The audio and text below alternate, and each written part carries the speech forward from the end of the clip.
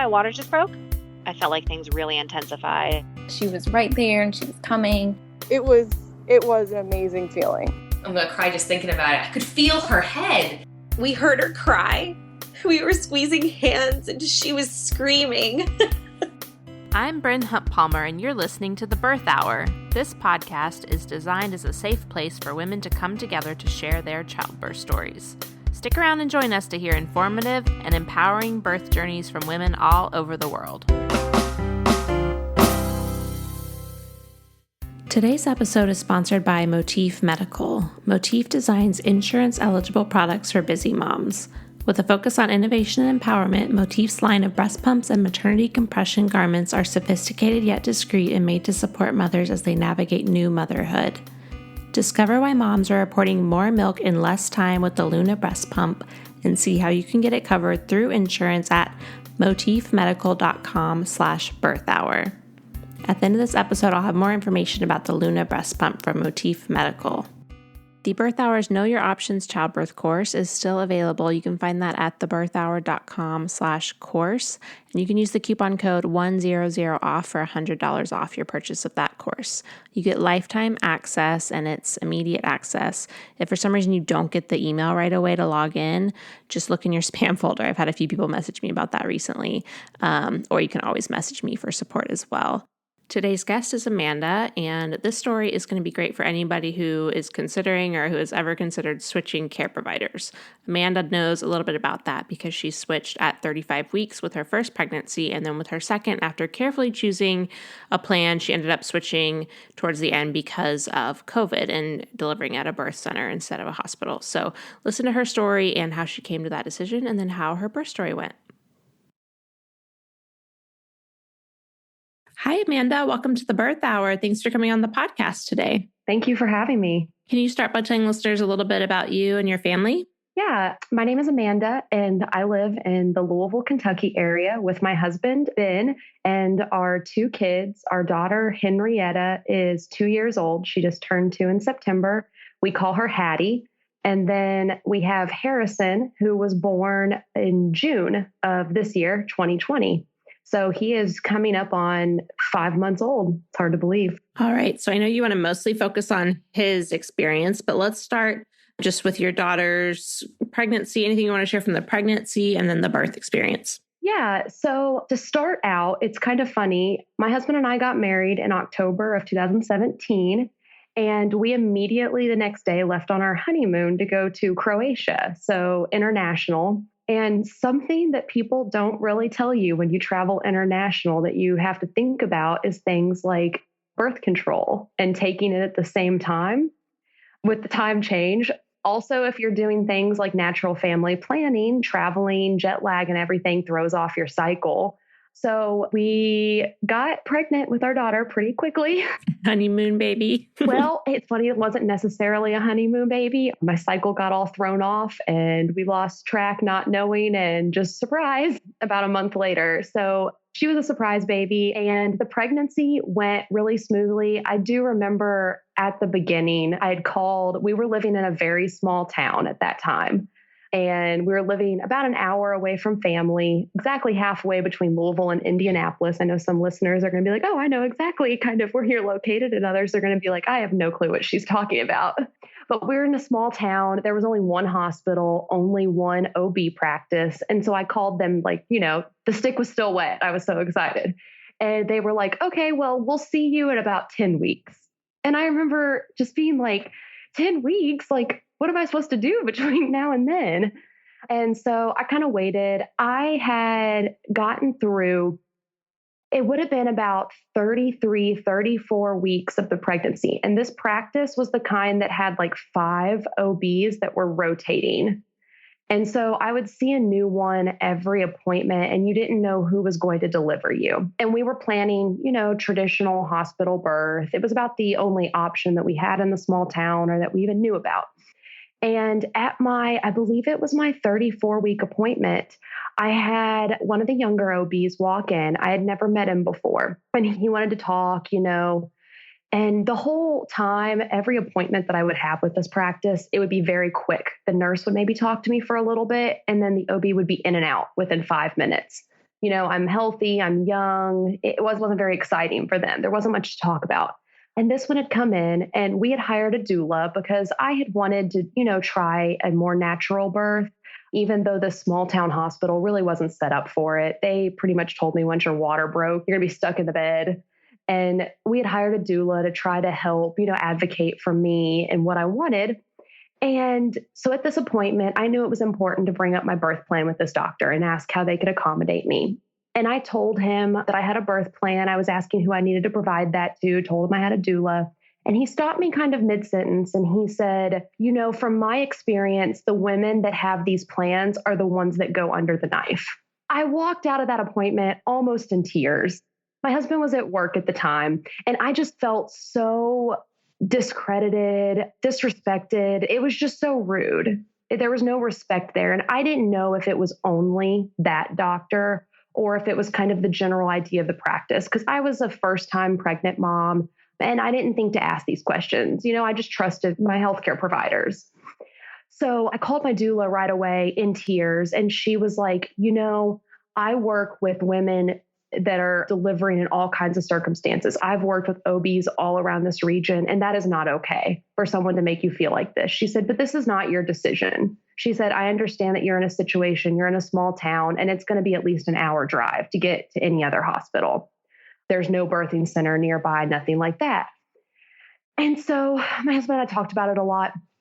And I started to get recommendations from people for different practices. We were an hour out of Louisville at the time. That's where my husband and I grew up. So that's where all of our family was. And we were also an hour out of Indianapolis. And it turned out I met an OB. He ended up being one of the greatest decisions I have made in my entire life. The man was amazing. He was a very old school OB, and not in a bad way. He was very much at the end of his career, much older gentleman. And he only took on a certain number of women per month. And so he was going to be guaranteed to be at my delivery. He said, unless I have a medical emergency, I will be there for you. And he had delivering rights at a hospital in Indianapolis. So we were prepared for in labor us to make that hour drive north to get to the hospital. And then everything else went smoothly. I transferred care to him at 35 weeks, and it was a great decision. It was really scary to be that late in the game. He knew nothing about me. He got all my records from the old practice, but it was kind of like starting over. Yeah. But he had amazing bedside manners. It was great. My mom actually went with me to meet him the first time to kind of interview him and see what his practice was like. He's well known in the Indianapolis area for women picking him that want to deliver more naturally. And he's very, very respectful of everyone's decisions and what they want. So on the day of my due date, I went into labor. It's very straightforward from there for the most part. We drove that hour drive up to Indianapolis. Was pretty rough. He actually wanted me to come to his office first to check me to see how dilated I was before going over to the hospital. And I went into his office and he checked me and he was like, okay, I'm calling the hospital right now. I was already 6 centimeters dilated. Got to the hospital and everything was progressing fine. I got about to transition and I did not think my water had broken yet. Didn't have any symptoms of water breaking, didn't have the classic puddle on the floor or anything. And he kept checking me and he was saying, your water has already broken. And my doula and the nurse there at the hospital, that was my labor and delivery nurse, they were like, well, she says her water hasn't broken. And I was like, it hasn't. They were like, there's a chance that the head is pushing really close to the sac. So and it's so thin that we can't see it. And your bag of water is like all amniotic fluid is around the body and not the head. So it looks like it's broken. So I'm like, okay, that must be it. And I was getting to transition and the nurse made a comment, and looking back, it's probably where it went downhill for me. But she said something about how, well, once your water breaks, it's going to get a lot more intense. And I remember thinking, this is my first labor. And I was like, if this is going to get more intense, I can't do this. So I decided to get the epidural. My husband and I had a code word that I had to say 3 times between 3 separate contractions. I did it. I was like, I want it now. And then from there, I labored for about 20, 30 minutes because it was really late in the game that I got the epidural. And then I ended up pushing for 4 hours. And this kind of comes in with my second birth story. Our daughter, Henrietta, we did not know that it was a girl. She was born with a compound arm, which made it so difficult during the pushing. was kind of thankful I had the epidural by that point because it was a lot of pushing. My OB, he was digging around, trying to get her pulled out. He kept saying, I could speed this up if I did this, or I could speed this up if I used this. And I just kept saying, no, I don't want that. He said, okay, then we'll just keep working. Very respectful. He stayed by my side. Can you explain what the compound arm is for people who don't know? Oh, yeah, sorry. I just started to talk. A compound arm is when the baby's arm is born up at their face. Okay. I've always heard it called a nuchal hand. So I was like, does this mean it's like more arm than hand or something? I was just curious. And I'm not sure, I'm not in the medical field at all, but everyone told me it was called compound arm. And she was born like with her fist up at her temple. So it made it a lot harder to push out because you have another extra, 1 to 2 inches that you're trying to get through. And she's my very stubborn child. She's got a lot of free will. She knows what she wants. And it's so funny because I joke that she was giving me a hard time. She did not want to be uncomfortable. So she was using that arm to kind of push the birth canal out of the way. So yeah, my OB, like I said, it was a great decision. He sat there in the hospital room the entire time, just kind of watching what was happening. He did not really actively get involved until I started to push. And it was the classic hospital. You got extra nurses coming in, they're setting stuff up. It's excitement everywhere. And he didn't give up on me after 2.5 hours of pushing. And I had labored down for a while. I was fully dilated. She was descending. It was just because of that darn wrist was in the way. It was a good experience, but it was definitely a more traditional hospital birth. Okay. And then what did it look like for you making decisions for your second experience? So for my daughter's first birthday, we took a big family vacation, and my husband and I had been talking about it, and we had decided, once we get through her first birthday, we're going to start trying for our second. We had no idea how long it might take. Our first, she was a surprise, and it was all due to, traveling abroad and everything getting thrown off. So with the second, we weren't going to try, but we weren't going to prevent either. Just kind of enjoy life for a while and see what happens. So we had gotten back from vacation. We actually, something I left out is between my daughter being born and her first birthday, we moved back home to the Louisville area. So we were now back living with family and everything. And I had decided that when I had another, we were going to use a group of midwives that were local. And these are CNMs, so they have hospital privileges. And they actually work out of an OB's office. So there's like 2 different sides of the practice. There's the OBGYN side and then the midwife side. And they were actually a group that we had interviewed when we were thinking about changing care providers with our first pregnancy, and just decided to go with the Indianapolis doctor instead, knowing we were going to move home soon eventually. It was always in the plan. So the week after we returned from vacation, I had actually a preconception appointment that I had scheduled with the midwives because I wanted to meet them and I wanted to make sure that they were a good fit, just coming right out of the gate. I was not pregnant or did not know I was pregnant at the time. Just kind of wanted to do a little interview, introductory, build that relationship. And this midwife practice, they have 4 midwives on staff, and they do rotate in and out depending on who you see. And they deliver at both the local hospital as well as they opened up a freestanding birth center separate from the hospital that previous year. So you had 2 options if you were going to deliver with them. So I sat down, and the first thing that really made an impression on me at that preconception appointment was that the midwife talked to me for over an hour. And I was not pregnant at the time. I was not there to receive prenatal care. I was there to talk about issues I had with my first pregnancy and the care provider disrespect I had there, the issues I had with, my daughter being born with a compound arm. And she just let me talk.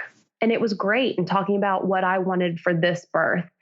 And during that month, I ended up having a UTI, a urinary tract infection. And I get them quite often. And when I do, I always have to go on a round of antibiotics. And all the doctors always tell me that these antibiotics should not throw off my cycle, but they always do. Despite me telling doctors that they will, I keep saying, no, it won't affect it, but it does. So I am also a very regular person. And the day that my period was supposed to start, it just blew past. And I thought, that's a little odd. But I was on a full week of antibiotics, and sometimes that happens. So it's no big deal. I actually took a pregnancy test on the first day of my missed period, and it was negative. So I was like, yeah, it's just the antibiotics. Another week went by, and I was like, okay, something is up here. So I ended up ordering really cheap ones off of Amazon, like $5 for a 50 pack cheap. And they came in the mail on my husband and I's second wedding anniversary. And they were delivered kind of later in the evening. And I grabbed it off the front porch and I said, I'm going to go take one of these. And he kind of fussed at me. He's like, you just need to be patient. Like, it's because you took antibiotics. I was like, I don't know. I'm just going to take this. And I took it. And within like 2 seconds, that second pink line showed up. And I was just shocked. I was absolutely shocked. And I actually started to get a little worried because we had just celebrated our anniversary the weekend before, and I had had a little bit to drink. So my first thought was, oh my goodness, like I am a horrible mom right now. I had no idea I was pregnant. How long has this been, sort of thing. And I remember I walked out of the bathroom and I looked at my husband and I just laughed. He was playing with our toddler and he was like, what? And I said, there's a line. And he was so confused. He's like, what? Because he had kind of forgotten that I had gone in there. It had been a while. And he was like, you're not. So he just forgot about it. I was like, there is a line. And I held it up and he just kind of looked at me. I looked at him and then, the happiness started. It was like, oh my gosh, like this is happening. And just also the shock of like, at this point, it had been 1 month since our daughter's first birthday. It had been 1 month since we were like, we're just going to see what happens. So it was a whirlwind. I know we were extremely lucky to experience that though. So I was feeling really grateful.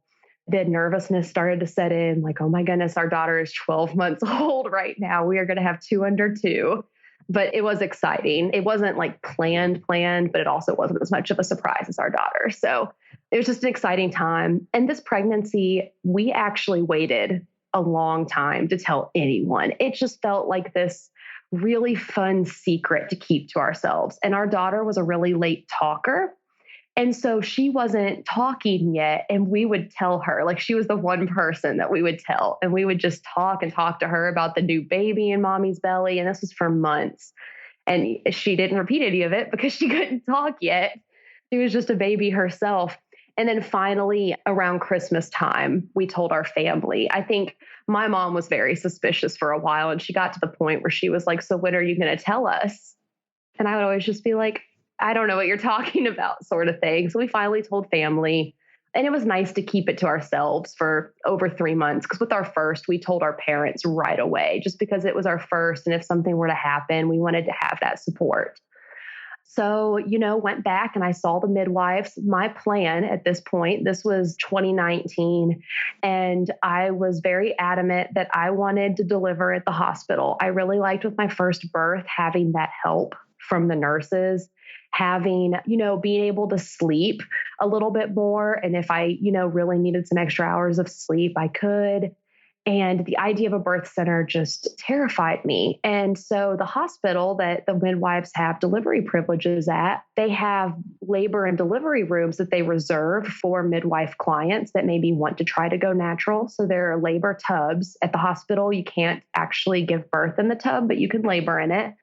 They had nitrous oxide, which I was just thrilled about. The epidural with my first pregnancy wasn't bad, but you can avoid something being stuck in your back. You're going to try to avoid it. And I got so far in the first delivery that I was like, I think I could do it with nitrous oxide. So I was so excited for that. I was like, we're going to go to the hospital. I'm going to make it as far as, as I want to make it. We'll see how nitrous works. And, then I can always get an epidural if I want it. I was just very laid back. I've been through this before. And then in the very last week of February, my husband, daughter, and I took our very first vacation, just the 3 of us, kind of like a little baby moon. And we took it kind of early because just prices and everything. We wanted to go kind of more winter. And the way my work was, it was easier to go in February. And thank goodness we did, because while we were there on vacation, we started to get news reports of, a virus that's spreading in China. And it was so far away at that point that it was just completely off of our radar. And we were actually in Disney World. And so there are lots and lots of people, just hordes of people. And, we weren't thinking about the virus at all. I was in that sweet spot of pregnancy that I was just feeling amazing. I was keeping so much healthier. My first pregnancy, I kind of let myself go a little bit more. Woohoo, I can eat whatever I want. I wasn't exercising and I did feel crummy because of it. So with the second one, I was like, I'm going to make sure I keep myself as healthy as possible. I was just feeling great. This vacation, it was the highlight of my year. And then we got back and just everything started changing with COVID. And I was 6 months pregnant at the time, just about to go into my third trimester. And I knew things were starting to get serious when I showed up to work one morning, 2 weeks after we got back from vacation. And they told me that I needed to go home and that I was going to be working at home indefinitely. And March and April are very much a blur for me. I was starting to get really pregnant phase. And it's the time when you start having baby showers, you start prepping for baby, you go shopping and stuff, and it wasn't happening. And so it felt very weird, especially because in my pregnancy, I spent the first 2/3 of it completely normal. And then everything just changed. And it's so weird looking back on it, definitely not out of the pandemic now, but looking back on the end of pregnancy, there's just kind of a shadow over it. But there were also some small blessings that came from our quarantine period. My husband and I very much relied on family. Every single Sunday, we would have family dinner with my family. And then usually, the rest of the weekend, we were out doing things. We kept busy. We had toddler swim lessons for our daughter every weekend, every Saturday morning. And we were never home and never really forced to just sit at home and be a family. And this quarantine period, we really learned, I don't want to say how to be better parents, but we definitely learned how to just relax a little and enjoy the quiet and enjoy being home. And I think it's kind of turned us a little bit into homebodies because now even if someone invites us to do something socially distanced and safe, we're like, we don't have anything going on, but we don't really want to when we can stay home. Something I forgot to mention about the difference between the two pregnancies. With my first, I was never sick. I never felt an ounce of nausea. I thought I was so lucky. And then this pregnancy, from about 6 weeks all the way into the second trimester, I was extremely ill, vomiting multiple times a day. I almost had to go to the hospital for fluids. Once I was never diagnosed with HG. They were holding that until I had to go to the hospital for fluids, and it never came to that. But I was so sick this pregnancy. And so it's just funny how the same person can have such different pregnancies. And I just felt different this whole time. I definitely, outside of the first trimester, enjoyed my second pregnancy more, even with COVID. So pre-COVID, my plan was to deliver at the hospital. And then things started changing, and I was watching as the whole labor and delivery world, things were changing every single week. The beginning of my pregnancy, my husband was going to my doctor's appointments with me. The first thing that happened is I got the call that said no one can come with me. Something that I was looking forward to was bringing my daughter to the appointment so that she could start to kind of, see baby on ultrasound. We didn't find out what we were having again. So it was always just referred to as baby, our son was, until he was born, and try and develop that connection with her to make it more real. And so I had to start going to appointments alone. And then by April, it was about the end of April, the hospital that we were going to deliver at made the announcement that there would be nobody allowed, no support person anymore. That's kind of when things were getting really bad in the Louisville area.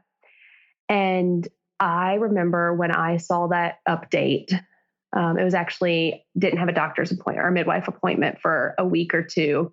And I saw the announcement on their Facebook page. And I cried so hard that night. I was scared, but I was also so upset because I felt like it just wasn't fair. It's just as much the birth of my husband's child as it is mine. I'm the one that has to go through it. But he has just a right to be there. And I understood the pandemic was very serious, but I was just appalled that they wouldn't let someone be there for the birth of their child. The midwives actually had posted a walkthrough of their birth center. And I had always thought it was nice. I'd heard great things about it. And So I watched on their Facebook page this tour of their birth center, and it was so charming. It looked like some place I would really want to be. And that's when I started to actually consider if we wanted to do an out of hospital birth. And after about a week of thinking about it, I talked at my next appointment to the midwives and I started to ask questions. And at that appointment, they told me that the hospital we were delivering at had actually taken the rooms that had the birthing tub and turned them into COVID rooms for people that were recovering from COVID, and that nitrous oxide was no longer an option because it wasn't the way that they handle the hoses and stuff. It wasn't going to be sanitary enough between laboring moms. So everything I had wanted was pulled from being an option.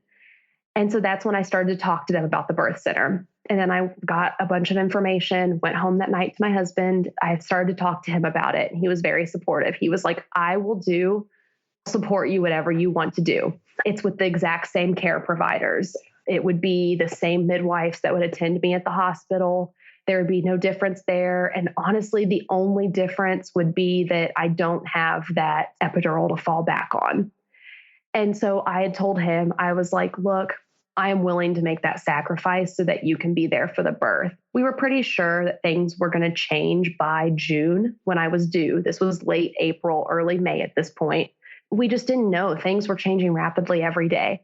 So they were going to have a virtual orientation for the birth center. If you decide you're going to deliver there, you have to go through all of these classes. And normally the classes are held in person. There's a breastfeeding class for first-time moms. And then there's a preparing for birth at the birth center, as well as like what you need at home to recover. Because unlike the hospital, they release you after about 6 to 8 hours. So you have to have your home prepared with supplies and stuff for the recovery. And so we were like, we're going to attend this virtual orientation and class, and then we're going to make a decision after that. And we attended the class and we made the decision that we're going to switch and we're going to go to a birth center birth. And I know a lot of people come on here and we have a lot of women that talk about their birth center birth. So it might not seem like a big deal, but to me, it was a huge decision. And of course, to our families, his parents are of that age where everybody delivered at a hospital. You would walk into a hospital and get an epidural right away. And not that that's a bad thing, but that was just what was the trend back then. And even the thought of not getting an epidural and not giving birth at the hospital was like unheard of. So of course, our parents were like, they were supportive, but they were very worried. And no one tried to talk us out of it. It was just, asking questions. They all felt really great that it was still with the same midwives I had been seeing. We weren't completely changing care providers or anything. And so that's, how the end of my pregnancy looked. At that time, pregnant women were really high risk. I haven't been keeping up with since June, how pregnant women fall in the risk category. But we were staying completely at home. I was still working from home. I worked right up until I delivered our son. And my husband would go to work. He'd do the grocery shopping and we would go on family walks. I did a lot of walking at the end of my pregnancy, a lot, because I was home for work. So between work meetings, I would go and walk the dog. And looking back on it, it was not just the time I got to spend at home with my husband and daughter, but the time I got to myself at the end of the pregnancy was so nice. Yes, I was working from home. There were stressful days, but I also had some moments to do a lot of baking. I had moments to kind of meditate, to go for a long walk. And I was able to work out when the weather started getting nicer. I would sit out on our back porch on the deck and work out there and just enjoy the sunshine. I would talk to our son. We didn't know it was a son at the time, but I would talk to him and tell him how excited we were to meet him. And it was just a really sweet time. So I'm thinking back, trying to make sure I don't miss anything. At my 38-week appointment, I only had 2 ultrasounds with both of my pregnancies, one at the very beginning and then the 20-week anatomy scan.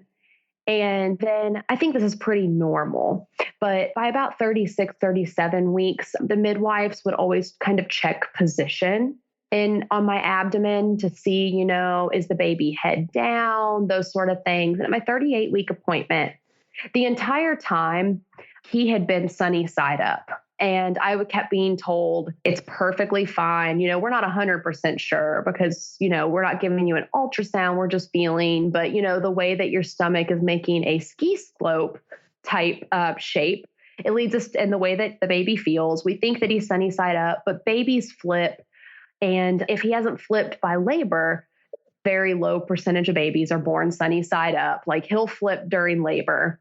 And so I was like, okay. And then my 38-week appointment, the midwife checked me, and I was seeing different midwives each appointment because there were 4, and I was making sure I was rotating out between all of them. And I loved every single one. There was one midwife in particular who was my absolute favorite. And I kept telling my husband, oh, I hope she's at our delivery. But she was the newest midwife at the time, and she had a lot more clinical hours than she did hours on call.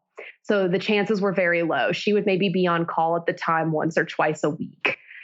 And so I had an appointment, and the midwife that had checked me, she said, check my abdomen. I didn't get any cervical checks until my due date, which I'll go into. She was like, I think that this baby has flipped. She's like, the shape of your stomach looks a lot different. And I think that he's now facing your back. And so I was like, woohoo, because I had been like looking up all kinds of things to get babies to, I don't want to say flip, because usually when you hear flip, you think like a breech baby. So a turn, I guess I should say. I'm not sure what the correct term is, but trying to get him to turn so that he was facing the right direction. And I was assured that, if he's not facing the right direction, he'll turn during labor. And even if he doesn't, we've delivered sunny side up babies. It's going to make back labor a lot worse, but it'll be okay. To which I was getting red flags like, what do you mean it's going to make back labor worse? That's not a good thing. But I was like, I'll be able to do it. So I was doing all these things that I found online, which usually isn't the best idea, to try and get him to turn. And at that 38-week appointment, she was like, I think he's turned. So I stopped doing all that stuff. And then on my due date, actually, so my daughter was born on our due date, and I kind of thought he was going to come early because everyone says, after your first, they come earlier. So my due date got here, and I had a midwife appointment scheduled. And it was my favorite midwife that I was seeing that day.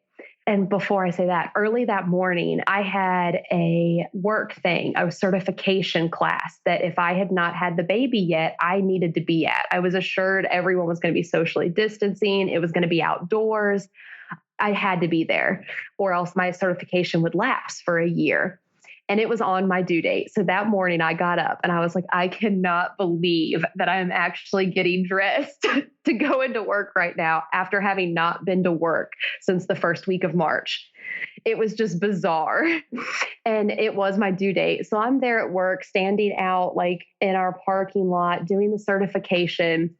And we have EMTs that are on staff at my work. And everyone was asking me, when are you going to have that baby?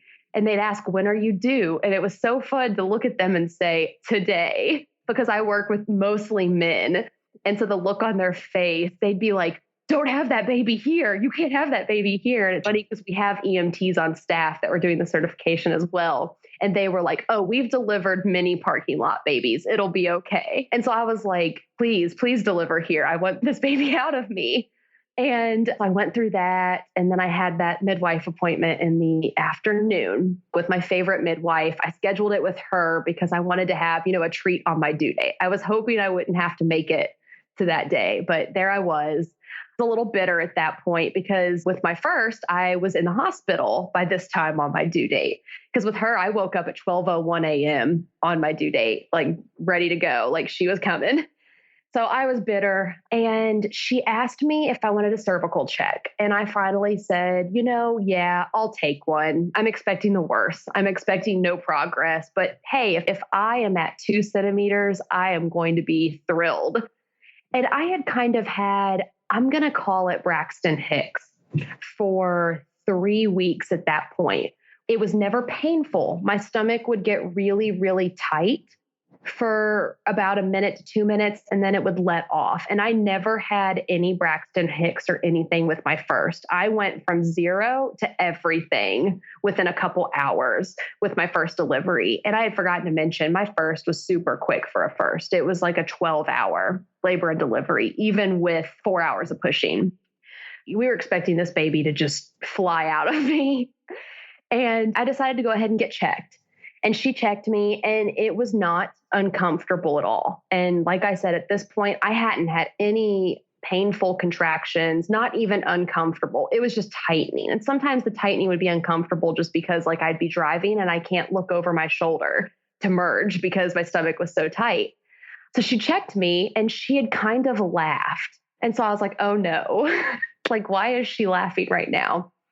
She said, well, and she kind of paused. She was like, you're at about 4.5 centimeters dilated and you are 100% effaced. And I think my jaw dropped because at this point with my first, I was in full labor. Like I was having to really breathe through contractions. So I was like, no, that's not right. So she was like, yes. And once she told me that I was 4.5 centimeters, she gave me the option. She said, if you would like me to, I can sweep your membranes and I think you can have this baby tonight.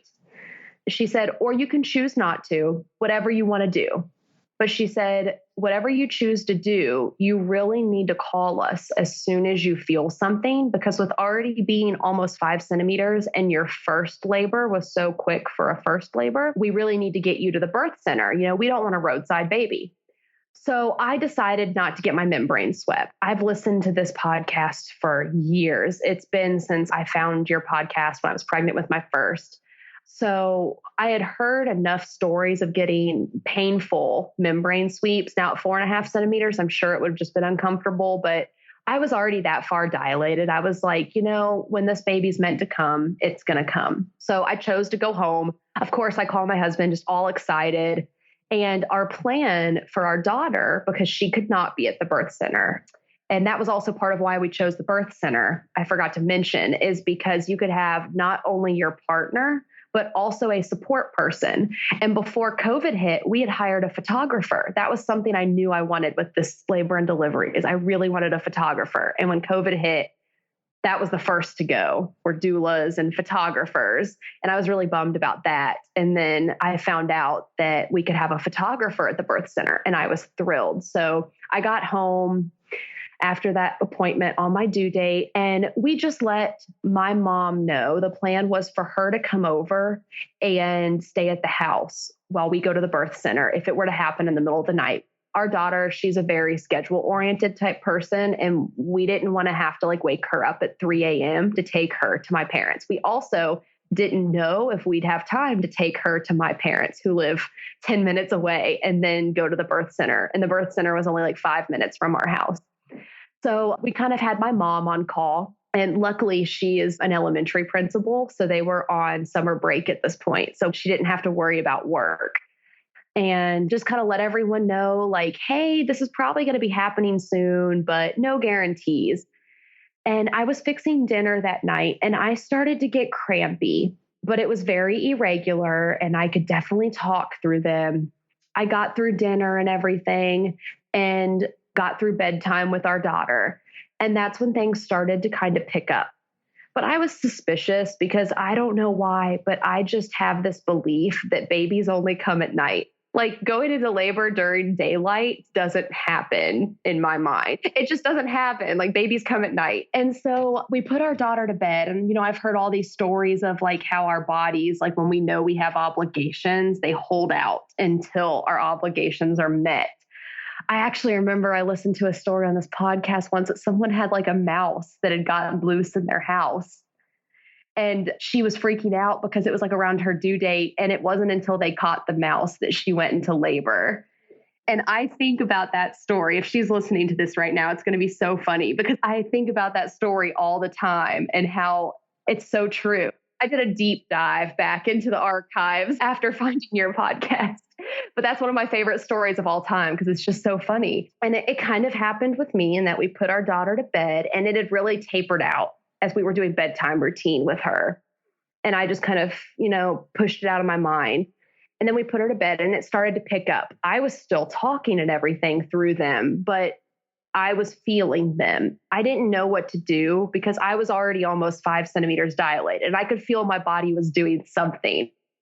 So I'm like, at what point do we call? You know, like, what the heck do we do? And I remember at about 8 p.m., I looked at my husband, Ben, and I said, we're having a baby tonight. And he said, you really think so? I was like, yep. I said, this feels real. We're going to have a baby. So I was kept up. We were going to give it a few more hours. We did call the midwife sometime after putting my daughter to bed, the midwife on call. And she had said, if you're still talking perfectly fine through contractions, you don't need to come in. And I reminded her. And the midwife on call was not my absolute favorite one that I was just hoping was going to be at my delivery. And she was the midwife on call that night. She had said, thank you for keeping me in the loop, but don't come in yet. I know you were just 4.5 centimeters a couple hours ago, but handling this like an absolute champion. I can hear in your voice, you're fine. She said, go get some sleep. So we tried to go to bed and I was a little too uncomfortable to go to bed. I took a shower before bed and things really picked up in the shower. And I remember with my first delivery, I spent a lot of time in the shower because it was about the best way for me to cope. And so after trying to lay in bed for about an hour, we actually looked back at the call logs to prepare for this. At 12:25 a.m., we called my mom to come over to stay with our daughter. We were like, this is happening. I'm pretty sure we're going to be going to the birth center soon. So go ahead and come over. And then we called the midwife again, told her that, they hadn't stopped. They were still kind of far apart, but still very manageable. I was talking through them, but we were like, look, it's been a couple hours now. And I don't even think I'd consider myself active labor. I was perfectly fine. I mean, it was just kind of crampy. So she was like, call me back when you can't talk through contractions. You're fine. We went ahead and told the photographer again what was going on. And so I decided, I need to get some sleep, or at least try to sleep. So I laid down and I passed out at some point. And I ended up sleeping until about 4:30 in the morning. So 5 or so centimeters dilated. I'm having contractions and I just passed out. And I slept for 4.5 hours. And I remember waking up and I was not having contractions at all anymore. And I just laid there and I had such bad anxiety because the on-call midwife had told me that she was going to go ahead and go to the birth center, but that we needed to hold off. So I knew that she had left her family to go sit at the birth center. Now I know they've got a bed and stuff there, and she probably had, things that she could be doing, but I still I felt bad that I just fallen asleep. And then I also felt bad because we never let our photographer know that we were going to try to get some rest. I just passed out unexpectedly. So that I woke up panicking. I'm like, oh my goodness, this poor photographer with a family has now been waiting to head over to the birth center. And I fell asleep on everyone. I felt like I already have social anxiety, and I just still thinking back, remember the panic I felt when I woke up and looked at the time. Oh my goodness, I just did that. I felt like I had just blown off everybody. Texted the photographer and she was like, it is no big deal. It happens all the time. And I'm like, I don't really know if it happens all the time, but thank you for telling me that. And I was not having contractions at all. I was so disappointed. And then I was also having anxiety because my mom was sleeping out on our couch. She didn't want to go home. And so I walked out there. She heard me walking around. I was like, I am so sorry we called you over here. She was like, no, it's fine. I'm your mom. This is what I'm here for. I love you and I'm here to do anything I can to help you guys. And so I knew that for me, taking a shower can sometimes help things get going a little bit. So after sitting on the birthing ball for another about half hour while my husband is still passed out, getting sleep that he needed, I'm just bouncing on the ball and, kind of enjoying some time with my mom, being at our house. And finally, nothing's happening. And so I decided to take a shower. And I was in the shower and contractions started again. And they hit hard. So I know it sounds like a lot of time has passed from when I woke up to now. But looking at our timelines, it was at about 6 a.m. that I took a shower and the contractions came on hard to where I had to actually stop doing what I was doing and kind of brace the shower wall, really think about breathing through the contractions. So I was like, okay, it's go time now. And looking back, it's funny because I think my body just knew, some physically demanding stuff and that I really needed those hours of sleep. And so I woke my husband up and I was like, it's happening. So he jumps up right away because, of course, he's scared that we're going to have a roadside baby if we wait too long. He calls the midwife and she's like, I've been here. It's about 12:30 in the morning. So you all just come on over. We called the photographer. And so we all head to the birth center. And I arrived at 6:30 in the morning after having, about 4.5 hours of sleep that night, which I think is pretty darn good when you're halfway through labor. And she checked me right away, but she didn't say anything. And I knew I really wanted to try the birthing tub and I really wanted nitrous oxide, but I didn't know where I was dilated and I didn't want to start that stuff too early. I wanted to wait until I really could not handle things anymore and slowly introduce new measures of pain management. Something that I forgot to mention earlier, when we had decided that we were going to go for the birth center, I started learning hypnobirthing and learning how to do meditations and really relax, because I thought a big thing with my first delivery that I struggled with was I felt like I was fighting the contractions and it made it a lot more painful. I was really trying to fight against my body. And from all the research I had done, I learned that that's actually the opposite of what I need to be doing. So I decided to try hypnobirthing, and I would spend an hour or so each day laying on my couch in the living room, just listening to meditations and trying to practice for when I was in labor. So after I got checked at the birth center, as soon as I arrived at 6:30, at this point, I was having to stop walking and breathe through contractions. They were getting very intense. I said, how dilated am I? And she said, do you want to know? And I said, yeah, I think I really want to know what I have to look forward to. And she said, you're almost 8 centimeters. And so I just felt so overjoyed at that point because I had only been having contractions for about 45 minutes that were actually uncomfortable and becoming painful. So I was like, I am doing this. I'm about to hit transition, which is going to be the worst part. I can do this. And I haven't had anything yet. And so after laboring on a labor ball and kind of holding on to the edge of the bed and tugging on, I kind of balled up some sheets that were on the bed in the birth center room and was kind of tugging on them whenever I would have a contraction. After, a half hour of that, I decided I want to get into the tub. And so they filled up the tub for me and I got into that tub and it was the most glorious feeling I have ever felt. And I have never been a big bath person. My body felt so much lighter. I just felt so relaxed. And so that was at 7:30 in the morning. And that was probably my favorite part of labor because I was able to lay there as if I was in a hot tub. And I was just, a contraction would come on.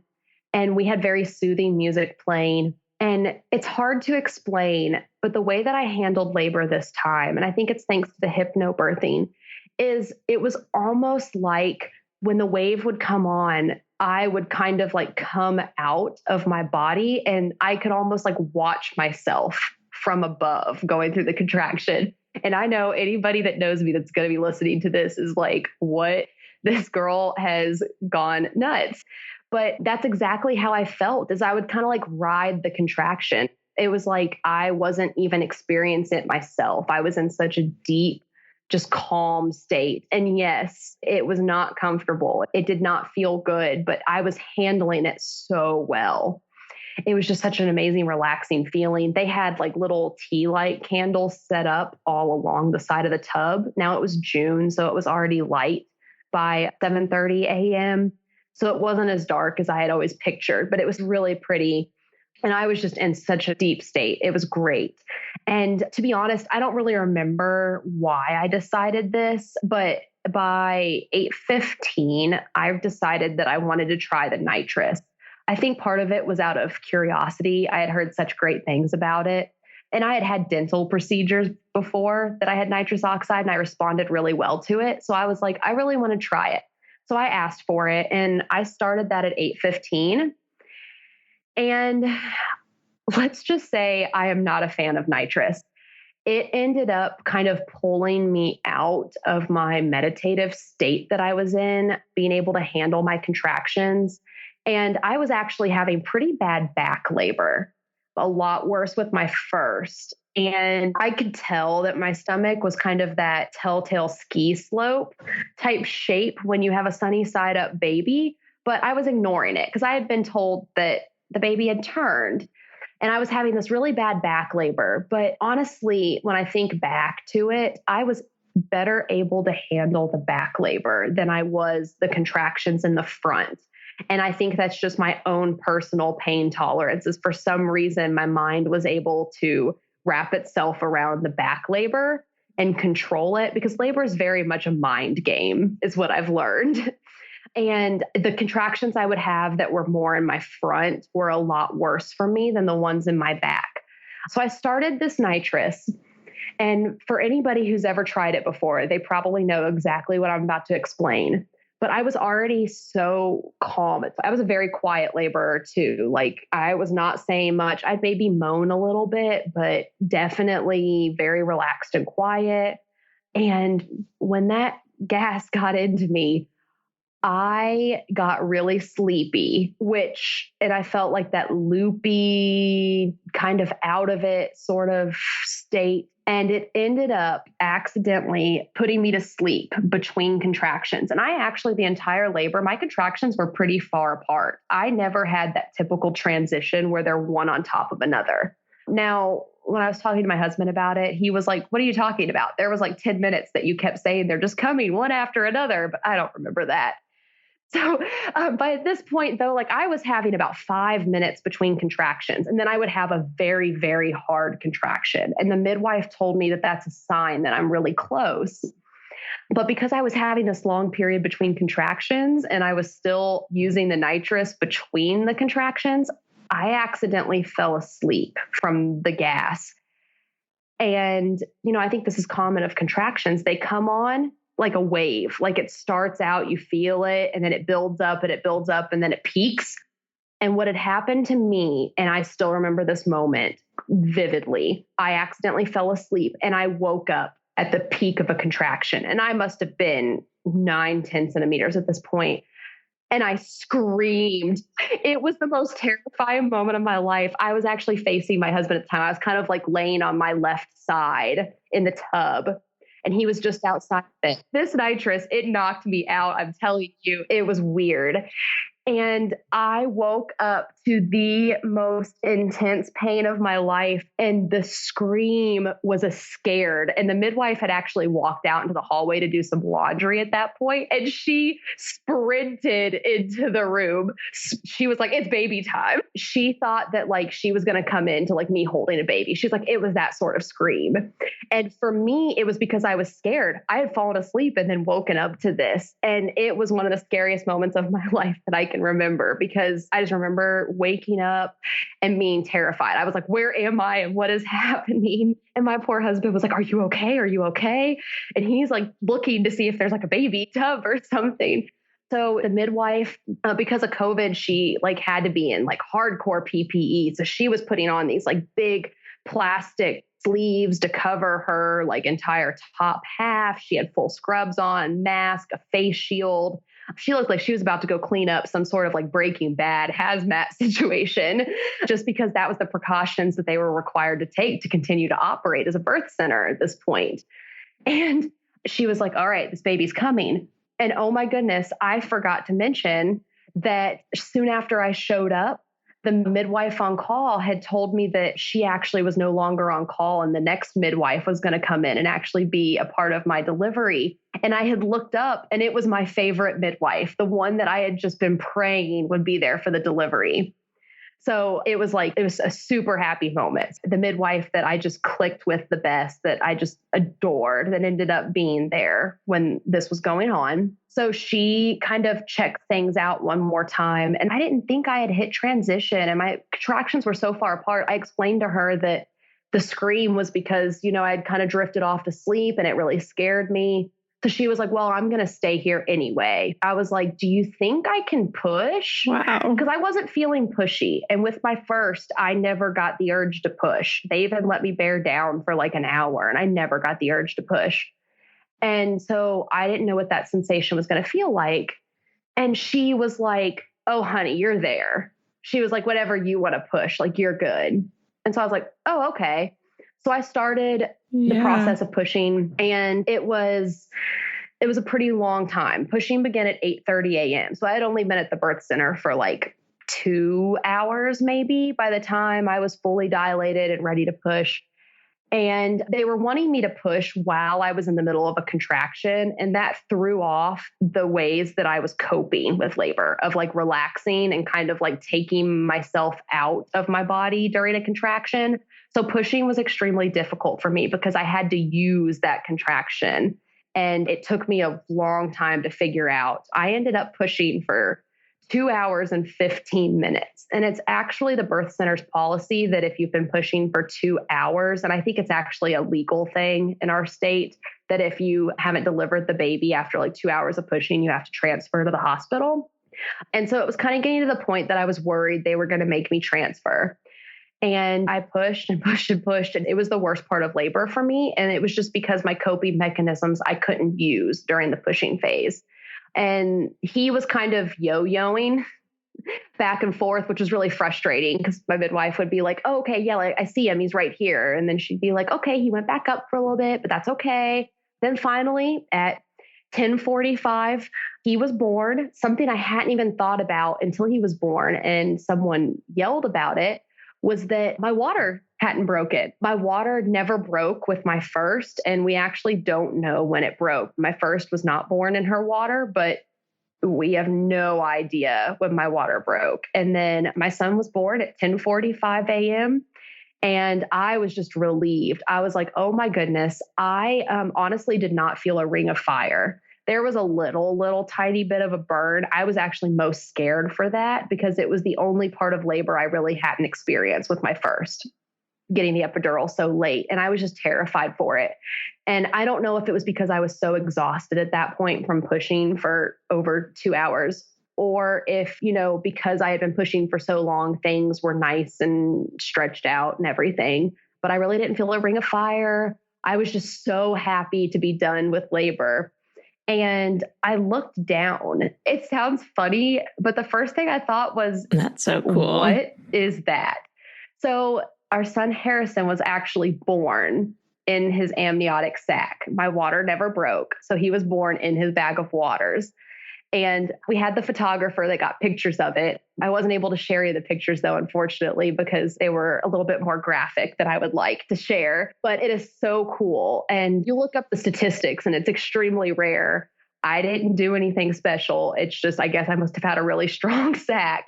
And when they were like lifting him up to put him on my chest, his bag broke.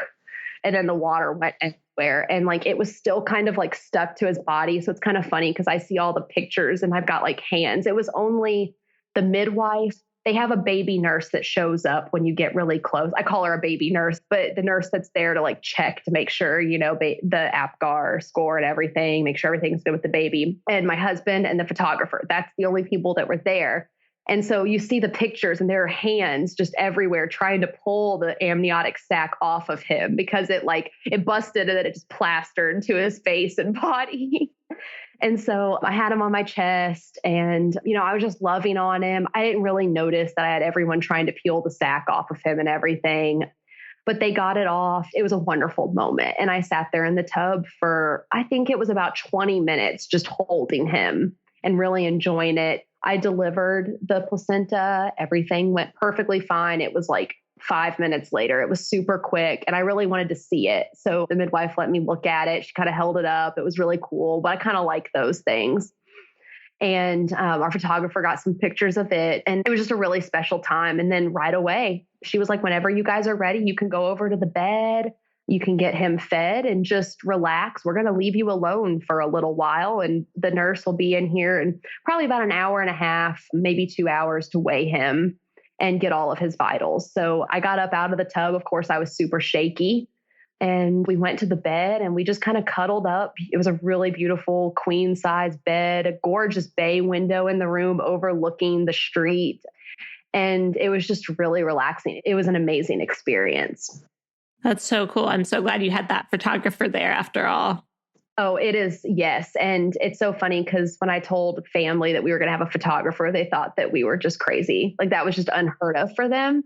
And then once they found out like how cool it was that he was born in call, which is in his bag of waters, they were like, oh, it's so cool that you were able to get photographs of that. Yeah.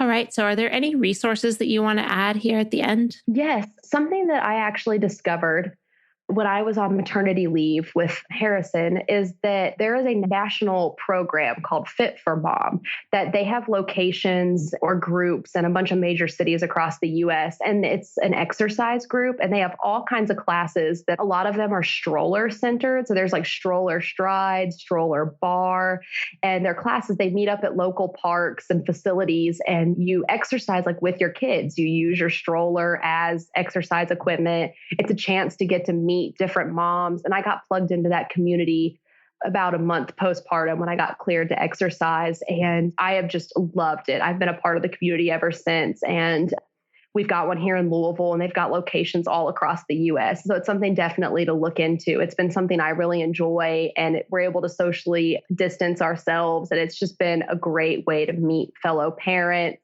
get, some exercise in. They have play dates and mom's night out, and all of the different branches kind of operate similarly because it's a nationwide chain. So it is something that I have just loved being a part of. That sounds great. It's so nice to have that community with little ones. Yeah. And I had sent you the link to the Fit for Mom national website to find your local branch. We'll put that on the show notes page for sure. And then did you want to share where people can connect with you? Yes, I have a public Instagram account that I post things about my family and just day-to-day life. You can find me on Instagram at Raising Hattie. So that's raising and then Hattie. And then I also have an email that we can include in the show notes page if anybody has any questions about what I talked about, or if they have similar experiences they'd just like to share. I love connecting with people. All right. We'll put those on the show notes page as well. Thank you so much for sharing today. Yes, thank you so much for having me. It's been a blast. Now I'm going to chat with Ashley about Motif Medical's Luna breast pump. Hi, Ashley. Thank you so much for coming on the podcast today to chat with me about Motif Medical and their breast pumps. Thanks for having me, Bryn. Can you tell my listeners a little bit about you and your background? So my background is actually in nutrition, and I worked for WIC as a nutrition educator for a while, and then became an IBCLC in about 2017.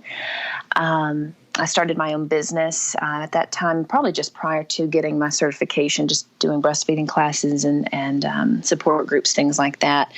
I had my own little girl in 2015 and breastfed her for almost 3 years. So I have different perspectives kind of coming in from all angles and backgrounds when it comes to breastfeeding and support needed and that sort of thing. When I revamped and kind of gone a little bit more tech savvy with better promoting my own personal business, I was able to come in contact with Motif Medical, and they reached out wanting someone that kind of sees eye to eye with them as far as similar goals and similar outreach, and their approach is very similar to what I try to do, and that's trying to make breastfeeding feel more like something anybody can accomplish. You don't have to be super granola or anything like that to want to breastfeed and breastfeed as long as you want, or pump exclusively or, anything like that. They try to meet the mom where they're at and kind of give it more of a modern approach, that really, really speaks to me. So I've been working with them for a little over a year and a half now as their lactation director, and a lot of their blogs and information that's more medically geared or a little bit more in depth with lactation is written by yours truly. So it's a great collaboration, and it's been an awesome journey working alongside them. It's a great team. Very cool. Yeah, I love all the content they're putting out to help educate as well. And so it's cool to know that you're behind that. Yeah, they always collaborate and come up with topics that are relevant, and a lot of it is generated by questions from consumers and people looking to get a better pump and that sort of thing. So it's questions coming from the source. So I know that by answering those things, I'm answering things that are important to people that are reading it. Yeah, definitely. So you mentioned making breastfeeding, a little bit less daunting and more accessible. And I think that one of the big components when it comes to breastfeeding, obviously there's so much around getting the latch and milk supply and all that established in the beginning. But I also think that pumping is really overwhelming. It's this crazy contraption that you've never used before. You feel like you're, being hooked up to like a dairy cow machine. So what are some of the things you really like moms to know about pumping before they, if they've never used one before? So I think being more acquainted with your pump is important. And that's if you can get one while you're still pregnant and you don't have the burden of trying to figure out motherhood. A new baby is very overwhelming, even if it's your second or third or fourth.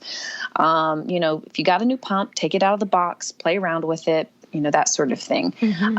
But something I really want to stress is, if you don't have a pressing need to pump, you don't have to pump right away. And I think having a pump or being given a pump while you're still in the hospital setting, perhaps, whatever the case may be, it's kind of like, well, it's there. Maybe I'm supposed to be using it. And then those questions of, well, how often and how long, and should it fit a certain way? Should I use a certain strength? It just opens up a can of worms of all these questions. So, I think first and foremost is be familiar with your pump if you have to use it, and then figure out if you even need to use it in that time, and not be afraid to ask questions when it is time to bring out the pump. There are people like myself who are at the ready to answer those kinds of questions, and it is so okay to ask. It's not a stupid question to ask about when and how often and all those sorts of things. It's very important to ask. Yeah, definitely. And I think that what you said about getting familiar with it even before a baby is born is great, just because there's so many pieces, and you might actually take the time to read the directions and get all the parts put together properly versus, sleep deprived postpartum and getting things in the wrong place. But I know for me, I didn't really, truly pump until I went back to work. So, do you have any suggestions for people that are planning to be, spending time away from their baby and needing to pump for that reason, as far as like introducing the pump, like how much should you, have stored, and when should you start using it, and that kind of thing? Absolutely. I think that's a pretty anxiety-inducing kind of thought process for many moms if they're not sure how to go about that. So if you know when you're going to be returning to work, or know when you're going to be separated, maybe you're traveling and not bringing baby with you for whatever reason, I think it's good to kind of have a plan of action, but not let it overwhelm you. I think we're all guilty of going on Pinterest or Googling and seeing freezers that are just packed full of stored milk and thinking that's the gauge, that's the rule of thumb of what you have to have in order to be away from your baby and be successful with pumping. And that's not the case. So I think if you have a good week, 2 weeks ahead of when you are going to be away, that's great time to start storing. Or to start beginning to that pumping process. You don't have to do it from day one, as soon as you have baby. If you're going back to work 3 and 4 months down the road, start a week or 2 before you have to go. Depending on how well you respond to a pump, you might get away with only having to pump once or twice a day. And is it better to pump after baby eats, or? That's a very common question. I think the best time is, number one, first thing in the morning. And then if baby's still asleep, go ahead and pump. Has been my example. But everybody's different. So the biggest thing to keep in mind is a lactating breast is never truly empty. And so emptied breasts, as in expressed breasts, make more milk faster. Right. Supply and demand. So, exactly. So, you don't have to feel super full to know that you still have milk. And so a pump is not going to completely drain you. And if baby acts hungry and you've already pumped, you can still put baby to breast and offer to nurse. Baby's going to get things out that the pump can't. And you're already replenishing what you've pumped out too. So you've got that going for you too. So, trying to just take a deep breath and not overthink that part of it of the before after baby is fed, I think is very important too. It's just keep in mind you've got more there than what you were able to pump out. And something else to keep in mind too is, you may be pumping for storage purposes, but you're going to need to pump even while you're away. So that's going to be going to your stash as well. And that's for health purposes too. You can't be going, 4 more hours without pumping or expressing. So, keep in mind too, that's going to be adding to your stash. It's, as far as amounts needed, a baby that's under 6 months of age averages about an ounce for every hour of the day. And now they may go 2 and 3 hours in between feeds, so that means they take in 2 to 3 ounces of feeding. So you can use that calculation to figure out how many ounces you need. If you're away for an 8-hour work day and it takes you 30 minutes to go to work and 30 minutes to get back, that's 9 hours away from baby. So you need approximately 9 to 10 ounces of milk. It's not a lot when you break it down like that. It can kind of take the pressure off mom too to have all of that prepared. Yeah, definitely. And I think that your point about pumping in the morning is so good because it can get really discouraging if you're not pumping as much in the evening. And so seeing those full bottles in the morning is good motivation, I think, to keep pumping.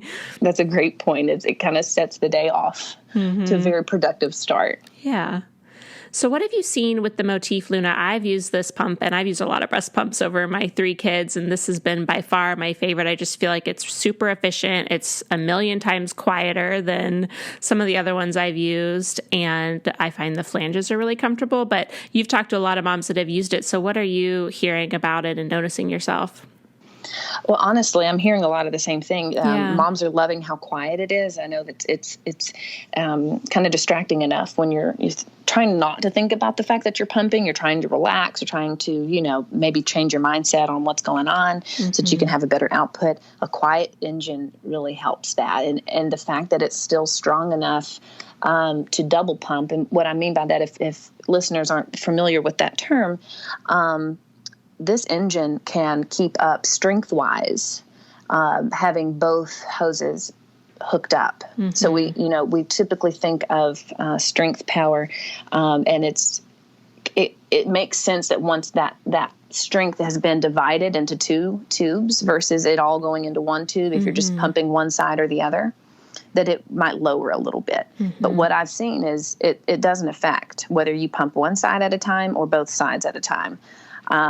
And so moms are spending less time pumping, and they're getting milk out with this pump that they're not necessarily getting out with other pumps that they may have tried if they've had that opportunity to compare. So I think that's pretty remarkable to point out, is this engine keeps up no matter if you're single or double pumping. Yeah, I've noticed that I can finish in about 10 minutes versus maybe 20 with other pumps. And by 20 minutes, my nipples are pretty uncomfortable. So I'm grateful for that faster pumping time for sure. Oh, that's fantastic. I mean, I hear that a lot. 10, 15 minutes, most moms are done. And I mean, I don't even notice. Average, like I realize, nothing's coming out anymore because I've been checking emails or something. And I'm like, I should turn this thing off. So it's like a really efficient baby, which is really hard to mimic. Yeah. Oh, that's good. That's good stuff. Any tips I mentioned that the flanges are really comfortable for me on the Motif. I don't know if I just lucked out, trying the best fit, but any tips for that? If people are feeling like maybe they don't have a good fit, what should they be looking for? Yeah. So I teach the I love you sign with your hands, the thumb, the index finger, and the pinky. And the pinky being the smaller size, it's usually around a 21 millimeter. If your nipple is larger than that, and you think you might need to go a size up, you're feeling any pinching feelings or rubbing, that sort of thing, go a size up. Try a 24 millimeter or something like that. The 27 is indicative of like the thumb size. So we think 27 for the thumb, 24 for the index finger, and 21 for the pinky. And so use that to measure the diameter of your nipple. And if you see a bunch of rubbing going on the narrower part of the flange, it's time to move up a size, or even down a size if you're getting too much breast tissue. If it's clamping on the areola, you're actually kinking that hose, if you will, if too much tissue is being gathered in there, or if there's a lot of rubbing going on. So playing around with different sizes if you need to, maybe even use a lubricant. I know some people use like a nipple balm or coconut oil or something like that. And putting it actually on the flange, not just your nipples, is something I learned, which I did not know with my first pumping experience. Yeah. I really appreciate you sharing that tip as well, because that is a great little word of advice. Some moms are just a little bit more sensitive, or maybe they're kind of in between sizes. Maybe they've got some fluctuations going on. Maybe baby's been cluster feeding. There's different reasons why you might be experiencing just a little bit more discomfort in times and not in others. So, that's a great tool to have in your toolbox to make things a little bit more comfortable. Something else you can think about too is measuring each individual nipple. I've had plenty of moms that have to use 2 different sizes. So, good point. they're sisters. They're not twins. So, make sure that you have the right size for each nipple. You're an individual. Always remember that. Yeah, I think that really goes to the whole thing where people always talk about one side produces more milk too. Yeah. It's just so interesting. And mine's been that way with 3 kids. It's always been the right side is my big producer. So. The super boob. Yep. Yes. Yes. Sisters, not twins. And what's interesting too, just a little side note there, is with every pregnancy, the alveoli, the organs that actually store your milk, get bigger and more numerous with each pregnancy. So that it could probably stand to say that we lactate a little bit easier with each pregnancy. Yeah. And it comes in faster, at least for me. All right. Well, thank you so much for sharing all this great advice with us. And then if you want to send any of your favorite articles you've written, I would love to link to those on the show notes page as well. Yeah, absolutely. We've got some great ones coming out. We're covering the battery powered Luna and all of the great versatility and conveniences that offers without sacrificing, strength and all of that good stuff. So be on the lookout, and I'll send those links over to you. Yeah, I'm so excited for the battery-powered version because it's like the one thing that Motif didn't have. They have the smaller handheld battery one, but getting this, like you said, the full-powered Luna with the battery-operated option is really nice. It looks exactly the same. So we were talking about it before we started recording that there's not really any differences other than it's more convenient. So that's great. Exactly. Tote it around with you, and if you've got other kiddos and you need to follow them around from room to room, you don't have to unplug or, anything like that. There's just so many possibilities with this new option. I love that Motif has once again given us another option for our moms. Yeah, and the Luna's already smaller and more lightweight than a lot of pumps. So I think having a battery operated version just makes sense too because it's so portable already. It's perfect sense. Perfect sense. All right. Well, thank you so much again for chatting with me today, Ashley. Oh, thanks for having me. It's been a pleasure. Thank you so much again to Amanda for sharing her birth story with us and to Ashley for chatting with me about Motif Medical's Luna breast pump. If you want more information about the breast pump, including how to get it for free through insurance, head over to motifmedical.com/birthhour and they'll get all of the information for you there, as well as information about their free compression garments for maternity and postpartum that you can get through insurance as well. So again, that's motifmedical.com/birthhour. And if you want more information from today's episode, you can always head over to thebirthhour.com and search for Amanda's name in the search bar. Thanks so much for listening. If you enjoyed today's show, head to thebirthhour.com and click Become a Member to pledge your support. And as a thank you, you'll get an invitation to join our private Facebook group and access to exclusive episodes. Your vote of confidence and support means the world to me.